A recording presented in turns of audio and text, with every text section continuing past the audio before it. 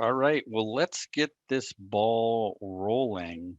And knowing some people are going to join as we continue. My name is Sean Brown. I am the CEO of YCharts. I am super excited to be joined by Devon Drew, who is the CEO of DFD Partners. Say a quick hello, Devon. Sean, thank you so much for having me, and I appreciate you guys taking the time out your day to listen to this webinar. Well, we're thrilled to have you.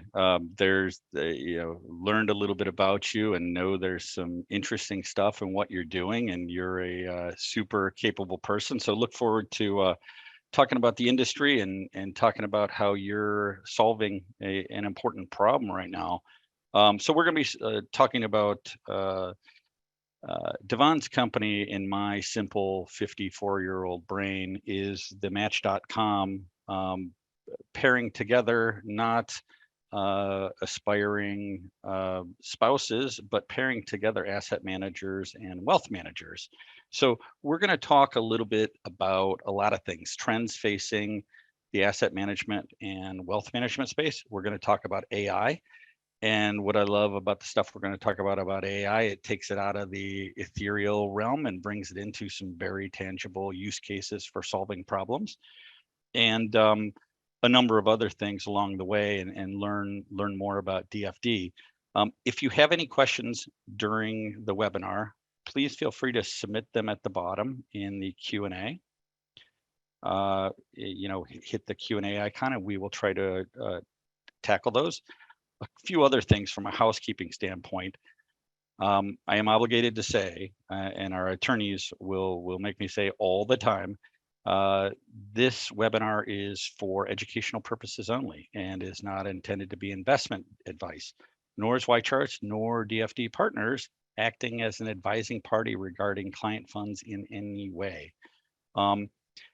If for something happens and you have a home emergency and you need to drop off of this webinar, do know that we will be emailing this out to everybody after tomorrow. And feel free though to like or subscribe to our YouTube channel for this and other important webinars or other videos. Also notice on our slides as we get going here a little bit, we have a QR code in the upper right corner. So feel free to scan that in if you wanted a free trial of YCharts software. So just quick run through of our agenda for today. We're going to talk about the industry trends. We're going to talk about AI, as I mentioned, and optimizing growth, and then advisors and asset managers, how communication and introductions can be improved between the two of them, and how DFD plays a role here. So that is the agenda. But let's get started by talking a little bit, Devon, about you. Why don't you start by telling us a little bit about your background prior to starting your company, and then we'll talk about your company. Yeah, Sean, I wish I had a more exciting story to tell, but over the past 17 years, it's working with asset management distribution and started as a financial advisor back at Merrill Lynch, and before that I was at a chop shop, right? And so for the most of my career, I've been working with asset managers, as the term I believe they still call it, external wholesaler, where we were helping distribute the asset managers' products into the financial advisor community. Most recently, I was at a firm called Vanguard. Was also at firms like JP Morgan and American Century and Alger, and I was an advisor at Merrill. Awesome. Well, you have a stellar background, and I think we all have to remind ourselves that at the end of the day, the profession we serve is incredibly noble, though. Like I just know from recent statistics that less than a third of Americans are advised in how they are financially going to reach their goals and dreams.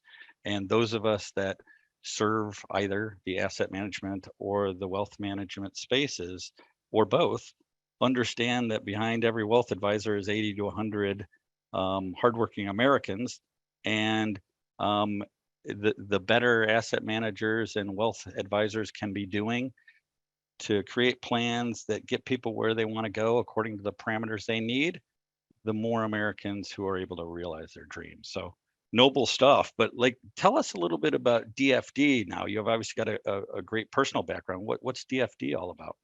Yeah, so we started DFD back in 2021 because the reason why you mentioned earlier, man, it's tough, right? And if you're an asset manager, it is so difficult to penetrate the minds and portfolios of financial advisors because you see that the top 20 largest asset managers are gathering nearly 54% of all the flows, and taking a step back from there, 90% of flows are going to just 10% of the managers, right? So that's why we created DFD, stands for Diligence Fund Distributors. And a good way to think about us as a whole is next gen lead gen for asset managers. The goal of DFD is to be able to cut down on asset managers' client acquisition costs, reduce the sales cycle, and allow them to stay lean and mean, right? And not have to add to that expensive headcount. So what we're offering is tech-enabled, cost-effective scale.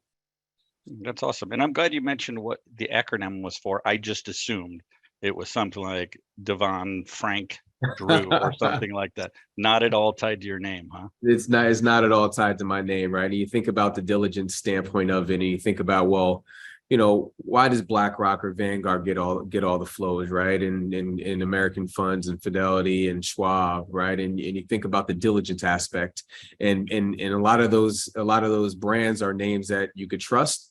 So even if you're not as familiar with the portfolio manager or not as familiar with the fund or the ticker symbol, that brand stands for something, right? So being able to put a voice and a story behind these type of asset managers we work with is one way we help to get them into the advisor community. That's neat.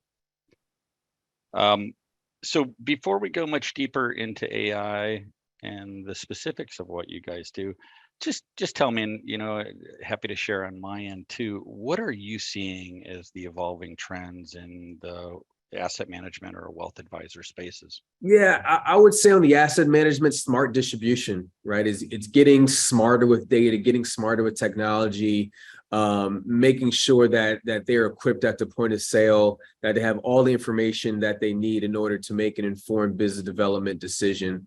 Now with that, a lot of what's shaping that is the fact that the face, background, and profile of wealth is changing before our very eyes, right?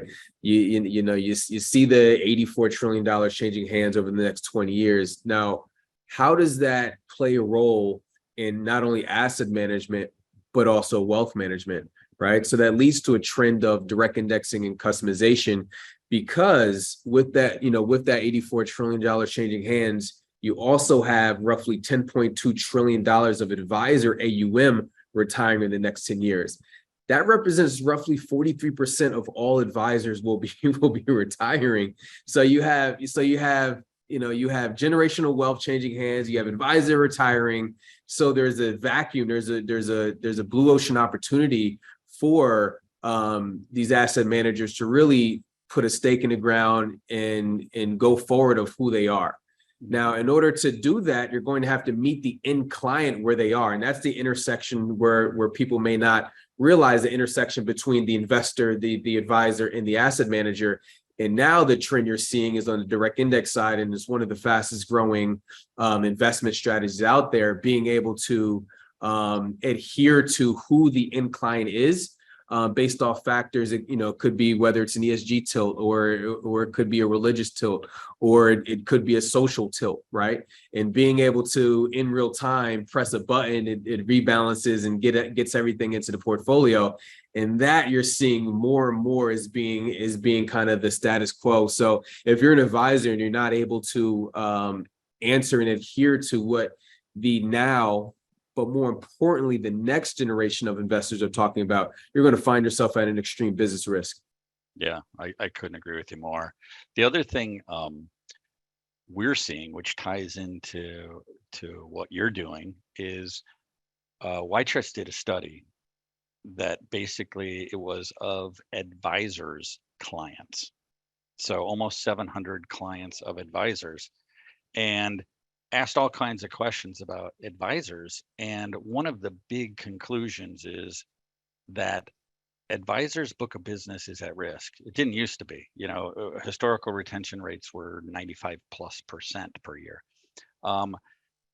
That was particularly true during an 11.5 year bull market. That changed dramatically when the markets changed, and up to 50% of advised individuals considered leaving their advisor or left their advisor. So number one, books of business for advisors are at risk. Number two, one of the biggest reasons people leave their advisors is communication, ineffective communication, and also their advisor's unwillingness or inability to discuss asset allocation and performance of funds and things like that. So I think from the very far end of the spectrum, from the advised individuals, they're saying, talk to me about portfolios and why they're right for me. Talk to me, you're talking about direct indexing, you're talking about ESG. Configure a bundle or portfolio that meets my needs. And my needs are very different than others' needs. And now that it's not a raging bull market, or maybe we're back into one, I don't know, you better be talking to me about investment management, whereas you haven't been for several years. Yeah, no, I think you really, really hit it there.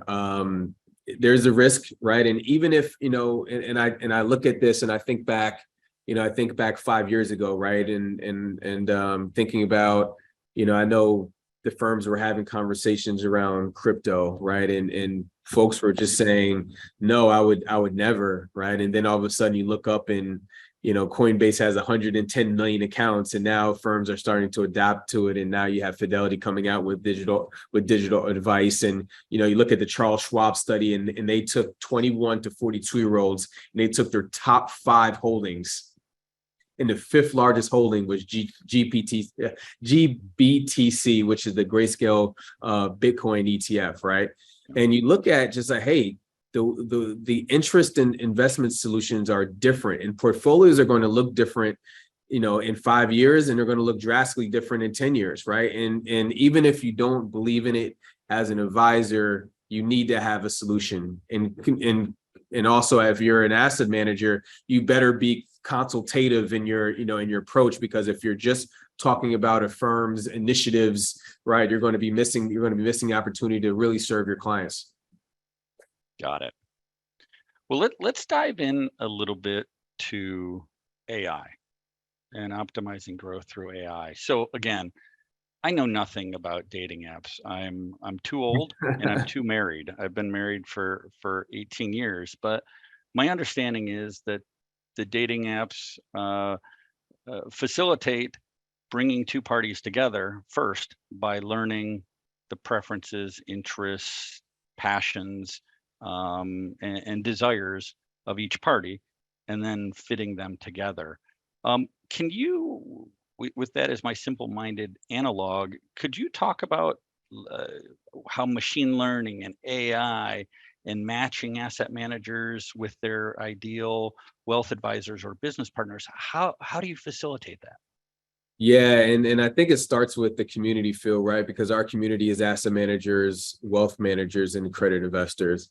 And before you could even talk about AI or machine learning, it takes a lot of data, right? So you can't even have the conversation unless you have a foolproof plan to be able to aggregate data across software systems and platforms, and to be able to use that to have a quote unquote affinity score, likability score, right? And that's kind of where it really starts from, right? If you look at how AI or machine learning is going to be able to be used to make to identify kind of the super fans of these asset managers, it starts with a lot of data, right? So it's going to start with opt-in data, right? And that's going to be data that advisors are opting in with, right? Then you go to data within public and paid searches, right? So now all of a sudden you look at, things like, for instance, like a Morningstar or a YCharts or a FinSum, right? And then all of a sudden you start getting a little more personal, and you start going into the Twitter engagements and the LinkedIn engagements, and then being able to process this within ADVs and 13Fs, right? And taking all of that data is very powerful, because it gives you the personal, and it gives you the professional, and it gives you the, hey, I probably wouldn't talk about this on a professional forum, but hey, here's what I said on Twitter, right? Mm-hmm. So taking all of that and putting it all together gives us a good idea of one, who, who is an ideal asset manager for these financial advisors. What do they look for? What do they like? And then we base it off of, what do their past buying patterns look like? And if we could nail all those, all those data points by the use of machine learning, by using non-standardized vectorization models to be able to sequentially map out the advisor and match an advisor that has that specific product need and match that up with an asset manager that has a product fit, it would drastically reduce the friction between the asset management and advisor community. So how do you, I heard you say the publicly available information and the various sources you could go to for that. Are there some unique things that DFD, when somebody thinks about or decides to join the community, is there an example you might give us to make it tangible about what they may tell you about themselves that wasn't in Facebook and wasn't in a Morningstar data set? Yeah, absolutely. And once again, what we said earlier was the face and the background and profile of wealth are changing before your very eyes, right? So with that said, we're going to ask those type of questions to get to the bottom of this. So we're going to ask, gender, we're going to ask ethnicity, we're going to ask sexual orientation, we're going to ask veteran status, we're going to ask faith-based. We're going to ask on the veteran status side, right? Are they currently active? We're going to ask, who is their ideal client? Right. And when we have that avatar, right, and who's your ideal asset manager, we're then able to pair that up with the 13 Fs, right, and substantiate our our models based off of that and variances within ADVs, right, and all of that is once again starts with data. But then we're also taking it to the next step forward, right? We're asking, when you do allocate to a new manager, what does that allocation normally look like? Because we know if your average allocation is $1 million, right? But there's a private equity fund with a $5 million minimum, it's probably not going to be as relevant to you, right? So based off of the investment information, based off of everything that we're asking, we're going to come with a suitable amount of higher affinity score, so to speak. Mm-hmm. Okay, so where you started us out today, as you were talking about, there's only a couple handfuls of asset managers who garner the lion's share of funds. What you're saying is the niche asset managers who have created their funds for very specific purposes and very specific interests, exposures, credos, whatever it is, you're helping both the long tail asset managers who have niche funds, as well as honestly the larger who have more generic, just better find a fit that works for them. And the friction being they either didn't find each other, or there's only so many phone calls or meetings that a wealth advisor can have. Let's make it the best meeting today. Let's make it super impactful, right? And you look at, when we survey advisors, they say they want to meet with their managers quarterly, right? Now, if you're BlackRock, Vanguard, State Street, American Funds, JP Morgan, right, that's fine. You could be very impactful for that, with your 4 meetings, but if you're a very, niche ETF or an SMA, and if it takes 79 unique touch points in order to get buy-in, and you're only getting one shot at it, it starts to become very difficult, right? So it is imperative that you're able to use data and technology to be able to filter through to make sure that your conversations are meant for advisors that have a higher propensity to do your type of business. Because quite frankly, you could be wasting your time for months on end and not seeing any traction. Got it. So within the algorithms of your product, there's a whole bunch of attributes that are taken into account: product fit, business model, demographics, credos, investment strategies, all kinds of things. Some historically everybody's familiar with, some that are newer. And it's going to then help that asset manager say to you, if the asset manager signs up for your service, I am looking for advisors who meet the following criteria, and they will get data on who and what's on their mind or what they're looking for, and you will grease the skids. Yeah, and of course, the more data we have, the more impactful that will be, right? So that's, so that's why it's like if you look at a lot of our activities is meant for, like, we have our newsletter, we have our blog, we have our, we have different content that's meant to be engaging so that we could foster the sharing of data within the asset and wealth management community, right? And that's what we're busy doing. Got it. So I see how you're approaching this problem. For those that may be new to how it's handled today, how are parties finding each other today, or what is the friction that they are seeing today? Yeah, so today it's the older distribution model, which is let's have 100 people out there in the field and have them go into advisors' offices and profile them, right? Which is fine, but what if you don't have 100 people at your disposal, right? That's where it becomes tricky. And Devon, you did just go on mute. We have you now? Yep, I'm here. Got it. So what I really like about what I'm hearing is if I were an advisor, I have a lot of people in my role trying to contact me on a daily basis. I have people looking to sell real estate, people looking to sell employee benefits, people looking to partner, people looking to help us make more efficient our Amazon Web Service subscription, so we're getting every dollar. A whole lot of parties that want to reach me. And the trickiest part of my day is saying I only have 45 minutes to learn new things about new parties that could help me in various capacities. What I really like about your model is you're building a network and a community where advisors would give you their profile once, as opposed to every asset manager contacting you and saying, hey, Sean, I would like to learn about your interests today. I would like to have a consultative session. You're saying, I've got the data. And if you tell me a little bit more about yourself, I'm going to make anybody who wants to knock on your door, I'm going to make it the right party. Make it more efficient. Yeah. And I remember those days. As a wholesaler, right? You're sitting there and any given firm, I had 50 funds to talk about, right? So whatever time of day, whatever day of the week, we got something to talk about, right? But getting to that point, right? Getting to that point where you're at the point of sale and there is a fit with the need, right? That could be exhausting, and it could be a big time suck for the advisor, right? And thinking about the thousands of asset managers out there all trying to penetrate the minds and portfolios of advisors. Once again, like you said, you only might have 45 minutes a day to meet with your trusted partners.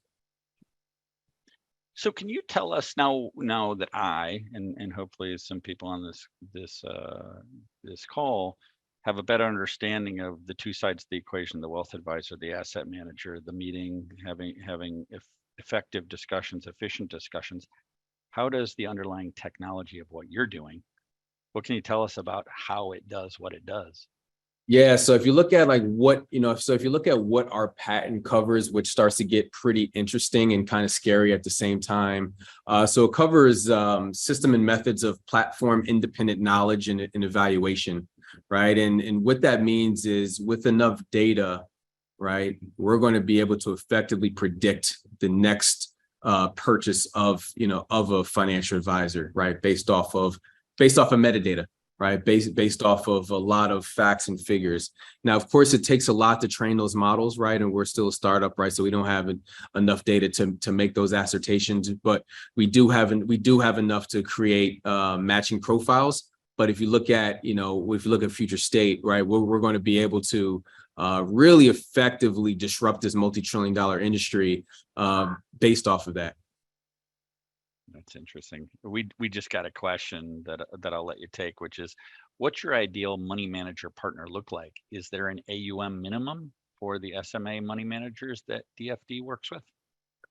So that's a great question. So our largest client is 620 billion. Our smallest client is a $5 million ETF. And what both of those have together, what both of those have in common is both are looking for tech-enabled, cost-effective scale, right? They both know that, hey, listen, things are rapidly changing. Advisors may not be in the office like they once were, and we need to figure out a way to get in front of them and meet them where they are, and be as effective as possible in order to get their attention. Got it. And knowing you've only been in existence, not since Microsoft Teams came out, you've been in existence for a shorter period of time. Where are you taking the platform in the future? Right. So when you look about future state, what we really want to get involved with is voice. And when I say voice, there is a lot of, there's a lot of power in meeting notes, and there's a lot of power in meetings.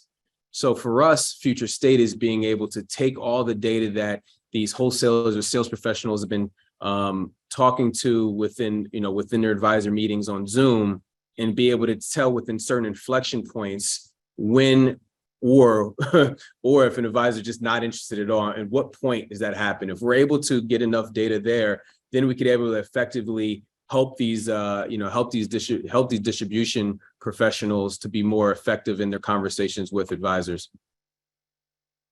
Got it. So the future is a much more analytics based discussion when you're in the discussion, but leading up to the discussion, it's much less of a shotgun approach to meeting. It's a very targeted, as opposed to 8 meetings a day with a potential success with 1 or less than 1. It's 4 really impactful meetings Really a day impactful meetings. where you are dead on the mark and having a very good discussion. Yeah, and if you look at 77% of what we call wholesalers make over $400,000, right? With the top quartile performer north of 750,000. So when you look at having 40, 50, 100 wholesales out in the field, it becomes very expensive, right? So you're spending 20, 30 million bucks a year just on headcount.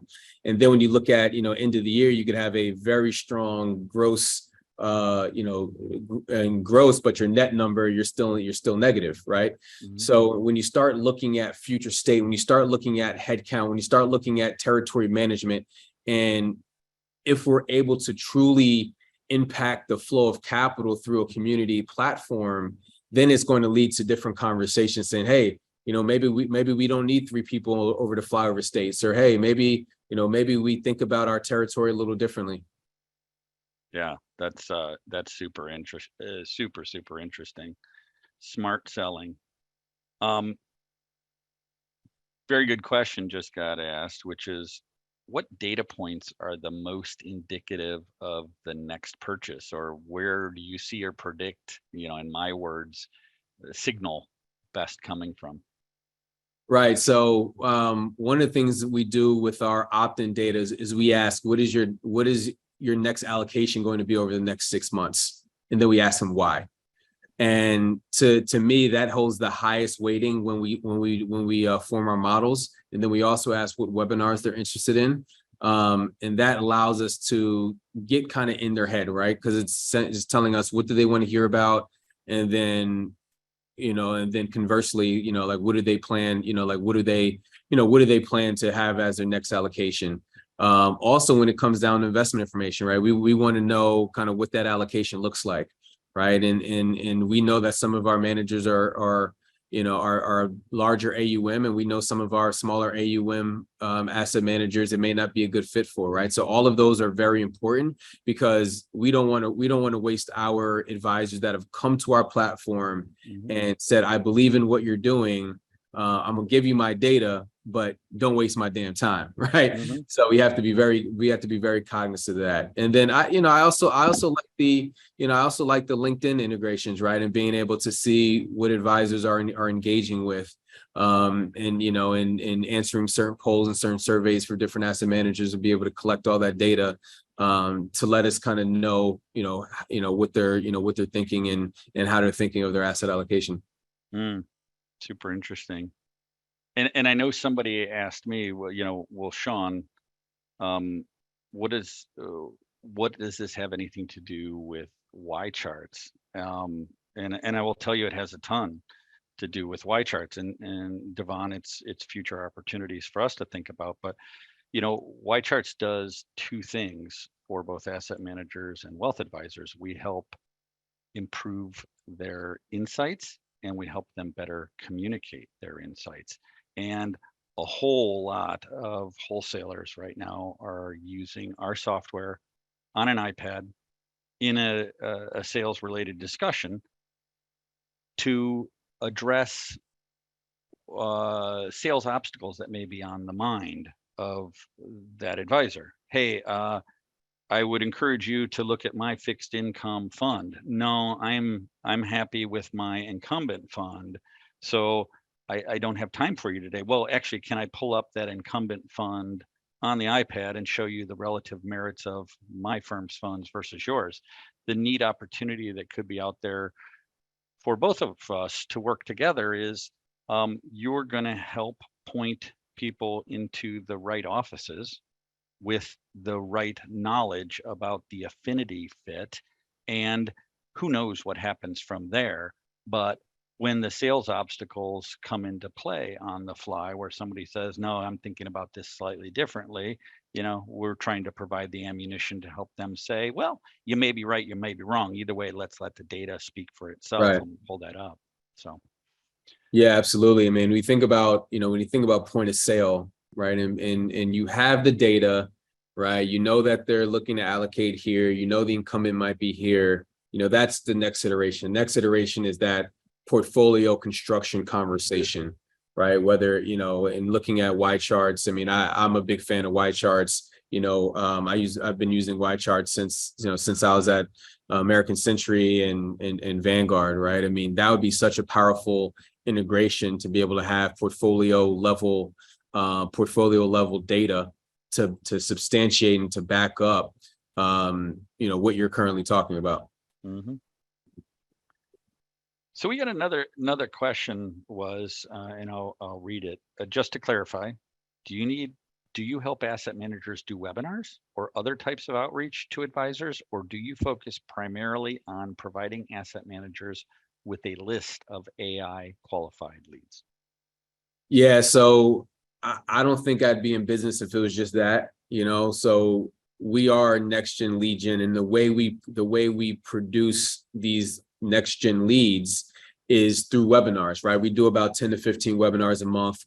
We do polls, we do surveys, we do a manager showcase, we do a product showcase, and then kind of the bellwether or the bell cow of our offering is our tech platform, right? Because we know, like, hey, listen, we can give you all the data in the world, but if it's not helping you get in front of advisors, then it doesn't mean anything, right?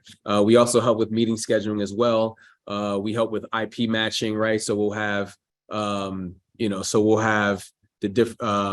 IP of the advisor, so you could tell if they looked at it from a computer, where they looked at it, how long they looked at your content for, and be able to spit that out to you as leads, right? We also drive traffic to our microsites which we create for you. So there's anywhere from 8 to 10 different levers that we pull on to be able to create leads. Awesome. There was one more question out there, and I did put down the slide just so people could see us a little bit better. AI needs a lot of data to be predictive, and you mentioned you're a startup. Can you give us an idea how much data is needed to be robustly predictive, and where DFD is amassing that data? Yeah, so really you want about 10 million data points, right? And if you think about like the Helios technology, if you think about other industries, right? You need a ton of data points. Right now we have data on about 100 and let's call it 200,000, right? So once again, we're dealing with a smaller addressable market compared to other industries. Like if you're dealing with on the med tech space, right? I mean, the total addressable data points on patients is a lot larger than the total addressable data points on financial advisors. So with that said, we have about data points about 200,000 advisors. So we're missing probably about 150,000 in there. But once again, we're a startup and we're growing. We get a lot of data points for our webinars, our polls, our surveys, our newsletters. our meeting scheduling, and all we could do, all we're focused on doing is growing our engagement. And the more engagement and the more advisors we have on a platform as allocators, the smarter our models will become over time. But I preface it by saying that's just one part of what we're doing, because we know that just looking at the tech side of it, you're going to be missing out, right? So that's why we have the human element involved, right? That's why we have the physical lead gen, and helping with the tech side is great, but it takes the full gamut to really be effective. Yeah. Well, before I wrap up, Devon, anything else that people should know, including how would they get in touch with you if they were interested? Yeah, so on all of our social platforms, we're at DFD Partners. Feel free to reach out to me on LinkedIn, just Devon Drew. I'm the bald guy, probably one of a few bald guys up there. YouTube at DFD Partners. So we're a startup and we're growing together. We've had some decent early success, but it's about the marathon and not the sprint. And it's really important that you consider the community feel for what we're trying to do. Right. And then once you get the community right, assets flow. Mm-hmm. Well, I'm excited about what you guys are doing. I think there is a need in the market, and solving new needs in the market or existing needs in the market is never easy. You have built a really interesting company, and the technology underpinnings look fantastic. So I look forward to working with you guys in the future to see how there are ways for us to together help facilitate a very, very good dialogue between asset managers and wealth advisors. So Devon, thank you for being on this webinar. For those who didn't hear it at the beginning, tomorrow we will send out an email with links to this webinar. Feel free to subscribe or like to our YouTube channel. And if you didn't hear how to get in touch with Devon, we will make sure that is included in the show notes. So Devon, thank you very much. Thank you so much. And if anyone want to email me directly, devon@dfd.ai. We definitely appreciate you having us on the webinar, and thank you for the audience for giving us a 40 minutes out of your day.